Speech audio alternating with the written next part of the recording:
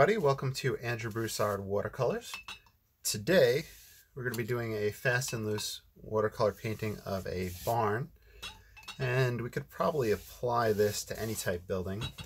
So just follow along, have fun. If you have any questions, comments, please leave them down below. Please also consider liking and subscribing. I would greatly appreciate that. So in front of me, I have a quarter sheet of Stonehenge Aqua, and somebody the other day asked how I managed to keep my paper wet for so long. Now, this person was asking from Arizona, and I'm down in Louisiana, and the big difference between those two locations is obviously the humidity. I'm not sure how the humidity is in my house. We do have a humidity gauge in the bearded dragon tank, but the heat is higher in that tank, so I'm not sure what it is in the house. Also, we do keep the house really cold, like 65 degrees cold. And I think that temperature in the house has an effect on the paper itself.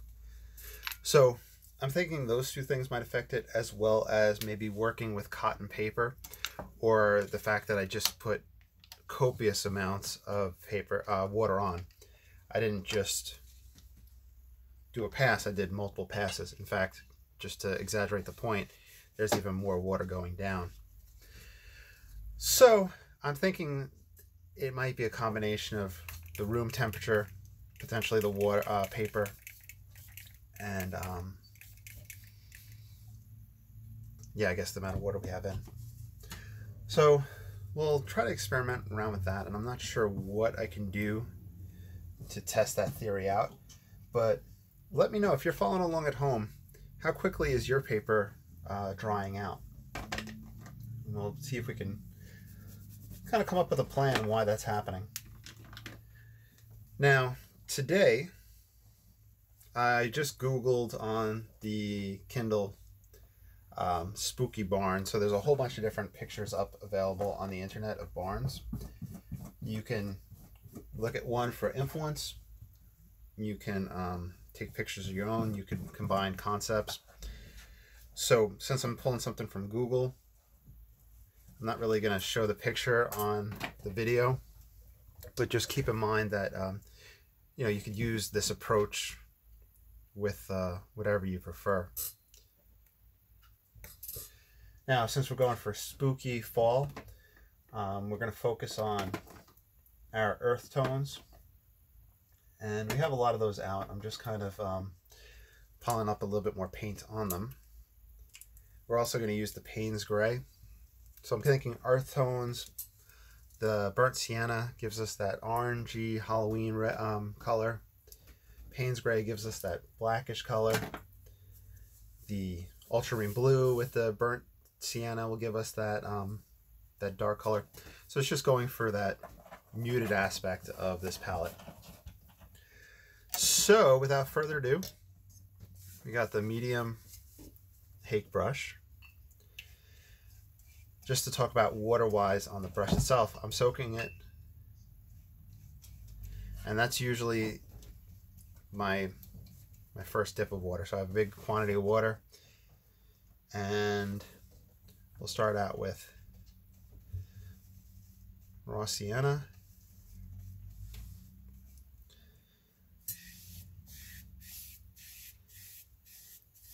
We'll do an overall wash. Kind of different than the normal approach of just putting a little bit of raw sienna in certain areas. We'll do an overall amount. We'll even grab some light red oxide for a little bit of variation in it. Like I said, we're going for spooky barn. Now, the barn in this one, I didn't do any drawings or anything like that. I think we'll kind of just plan it out. It'll be one of those typical peaked roof ones. Come down to the ground. The one that I'm looking at has a fence here and a fence here, and we have trees around it. Let's mix some ultramarine with the light red oxide for a purple for some background trees. And then we'll come over it with more defined trees. I'm hugging that edge of that the roof right there, down the side, along the back. And hopefully you can see how I'm letting that roof start to form. Like I said, I didn't do any drawing, no masking fluid. It's going to spread out over onto where that roof is going to be. I haven't painted a building in a while, but I do have a few different tricks that we can try to utilize, and hopefully they work out well. So we're putting in this background in order to give that area some depth and to help that sit in place. I'm going to take the edge of a paper towel. I'm going to lift right along there. We could say that is our roof. That's that bottom. Okay. So just like that, we see the barn starting to form. We are going to have the ground in front, ground alongside. So a little bit of grass ground alongside it will help give us that depth and ground it in place. We'll go along that bottom edge. Let's get a little bit of texture. This is using that same color just to kind of put things in place. I'm going to grab the #1 rigger, grab some Payne's Gray.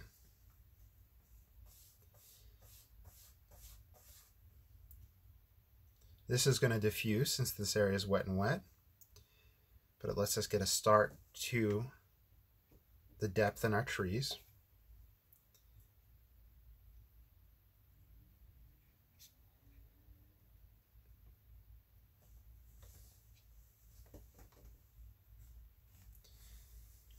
There we go. Okay, so at this point, I can grab a gray. I could either use Payne's Gray or mix burnt sienna and ultramarine for kind of the grayish, the weather-worn barn. If you have the barn that's been through a lot, it has that grayish tone to it. Fresh wood might have a different color to it. So this is the hake. I'm trying to allow the texture to take place. You can see that we're starting to get a little bit of that brush stroke idea. We did lift the water right along this edge, so I have to be careful. I could dry everything off and then come back in, but I really want it to be a fast and loose video for you all and not an overwhelmingly long video. In this, we could take our darker color, and this is just Payne's Gray to make things easy. We do vertical lines for the idea of boards. We're not going to paint each individual board, but this going in this fashion and softening is going to give the illusion that we can see a little bit of it. So it's all about simplicity and then the mind filling in the rest. The underhang of the peak. Underhang of the peak. Plan out a little spooky window.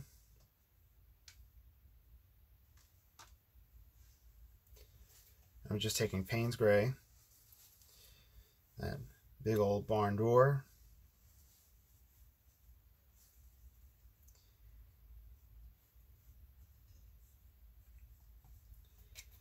and we're going to come over this whenever we dry.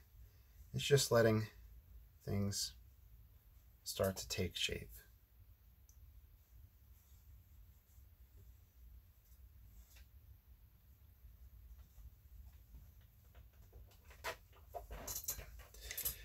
Now I'm going to grab some raw sienna from the tube onto the hake brush.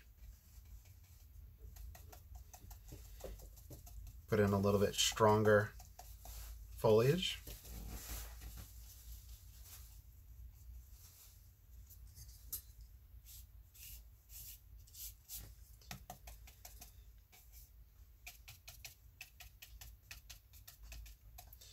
You do the same thing with the light red oxide.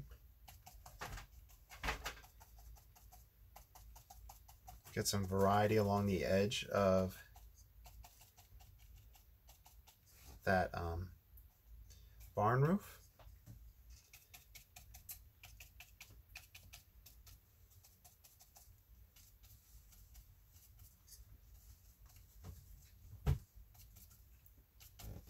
Okay, let's get some almost Payne's gray straight from the tube for some darks back in here.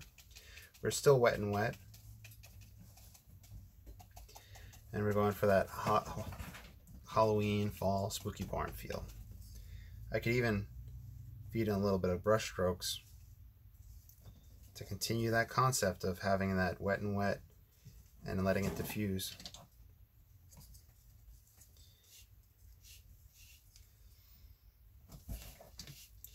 Maybe we'll put a tree in the front corner.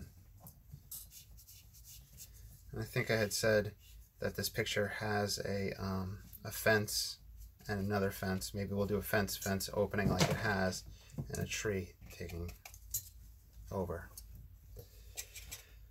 Thicker Payne's gray. And you'll see that I'm going so quick that I'm splattering as I bring paint up and over, which you don't have to go as frantic as I am. But doing that and allowing those marks maybe might let you loosen up a little bit more if you're having trouble.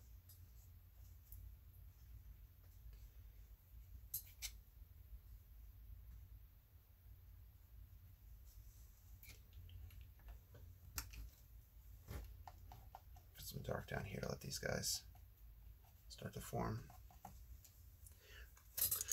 Okay, so at this point I'm going to do a dry off.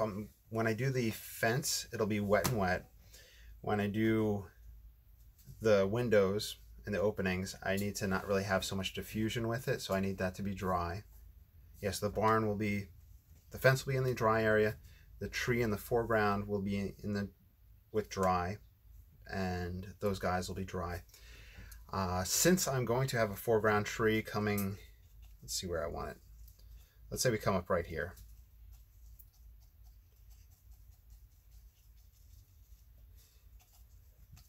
I'm just kind of planning it out a little bit, putting a little bit of foliage in that region so that if that can soften up for us, and then we'll get a little bit crisper on top. We are a little dry in that area, so you just have to be careful.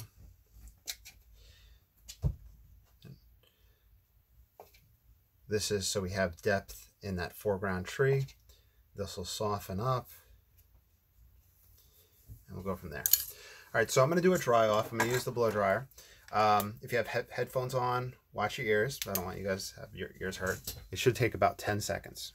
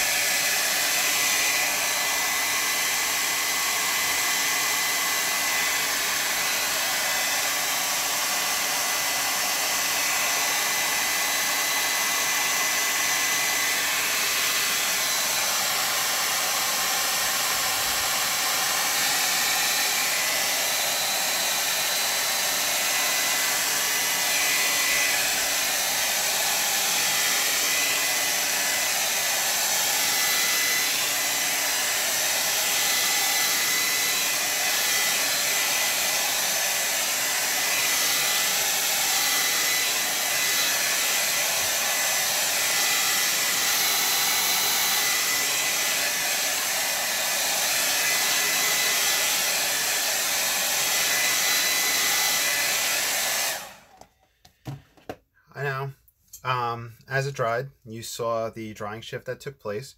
I don't want to draw the parallel to it, but as you can see with this color and all that, for those of you that are dealing with wildfires out west in America, you can probably draw a comparison with the sky color and this painting. So people are doing paintings of those fires out there. So if you want to follow along and then apply it to a concept like that, feel free. I know that the fires are devastating, and that's a way for people to have a release is to paint. So, excuse me, feel free to use it in that concept as well. So now this is a mixture of burnt sienna and ultramarine. I first really, when I first started watercolor painting, a big influence was Rick S. on YouTube. I mention him a lot, but I can never pronounce his name.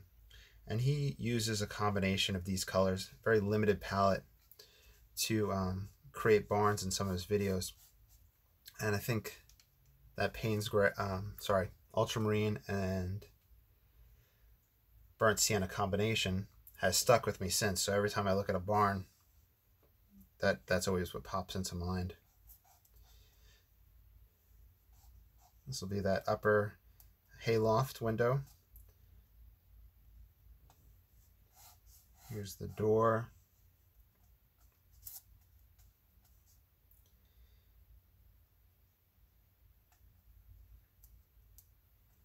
In hindsight, not having done barns in quite a while, we could have done this background color, allowed it to appear more in here, so as if we wanted to look through. I might just leave them closed. Another thing I had learned from Rick S, actually, is if you had doing dry painting, and if you want, you could spritz over that, and that'll help soften up those boards. So right now we're just giving this building character.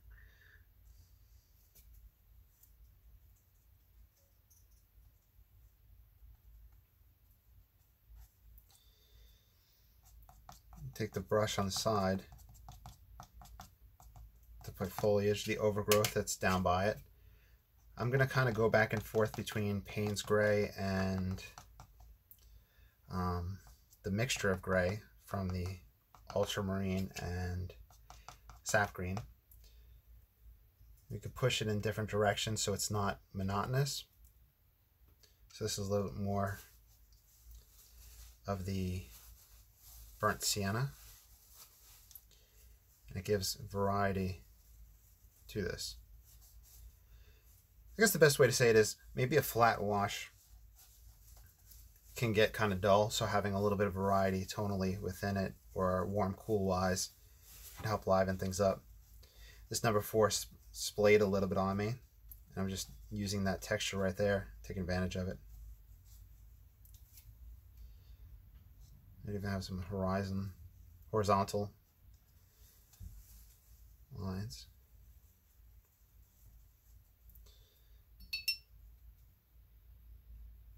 Grab a little bit of raw sienna.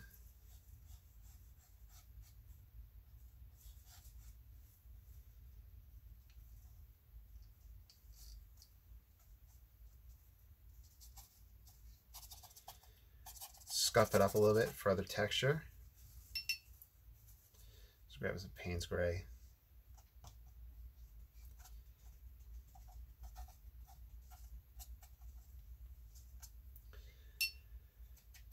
I'm going to allow a closer tree right here.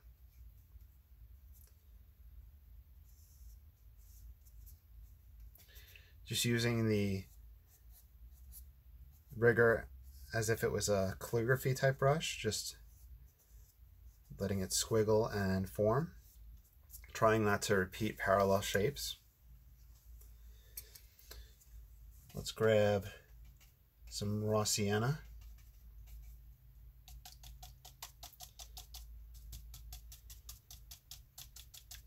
Put some foliage on those trees.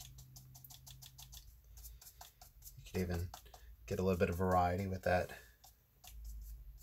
foreground. So we almost have a layer on top of this other one.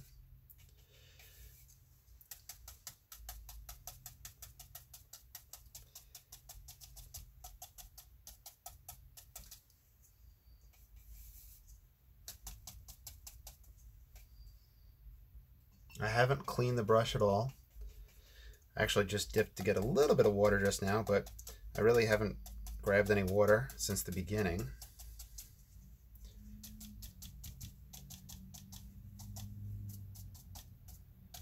Okay, let's now think about our big tree that's going to be in the foreground. Mixing the burnt sienna, Payne's gray, just trying to get a nice solid dark. And you see how I'm kind of squiggling it? That's just to prevent me from just getting a boring straight old line. It's giving a little bit of character.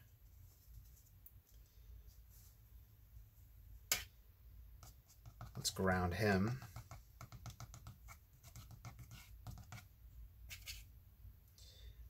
The fence will go right back here, so I'm going to put a little ground where the fence is going to be. Now I need some straight from the tube foliage. Let's go for Payne's gray. Get it to sit a little bit closer.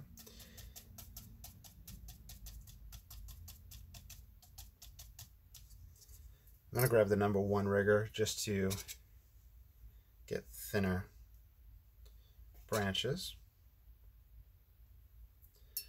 I'll even grab some raw sienna. Feed that in.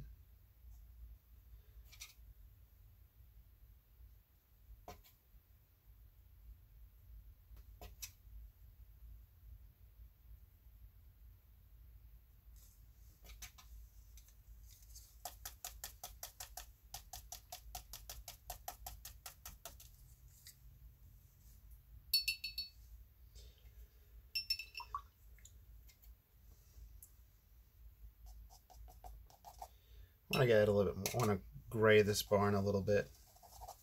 So I'm just grabbing water on that rigger on the side. Just to help it sit back a little bit. It just seems very bright.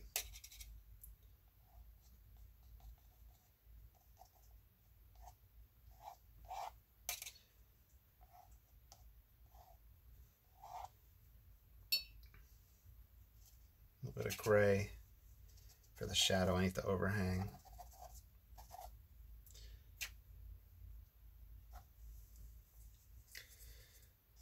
A bit of dry brush for the grass between. Let's use the number 4 rigger for fence posts. Burnt sienna. A little bit of ultramarine to dull it down.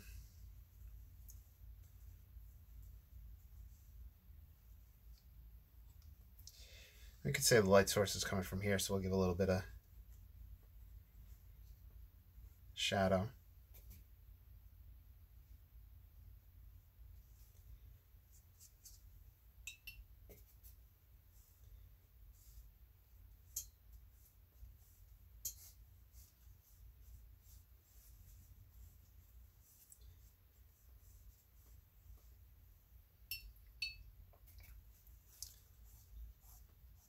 So this guy's going to have to cast a shadow as well, the barn.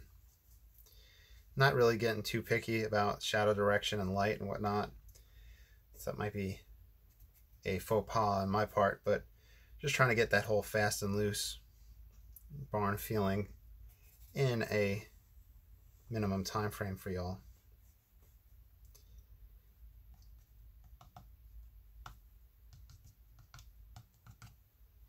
Let's do a quick dry off. We'll see how everything's looking, see what needs to be done.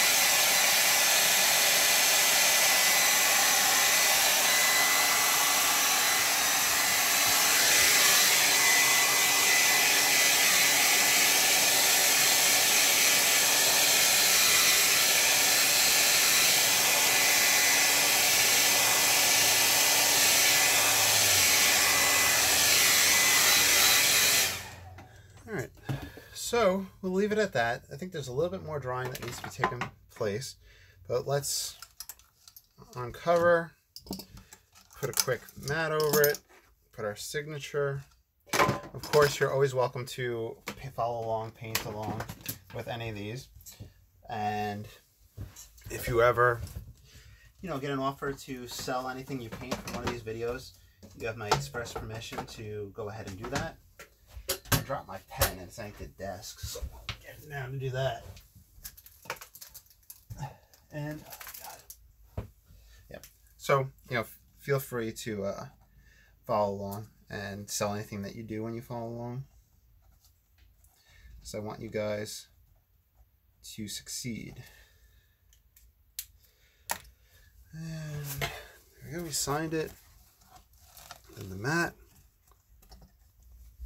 Tilt up at an angle. And there you go. A holiday Halloween barn. Hope you had fun, and I'll talk to y'all soon. Bye.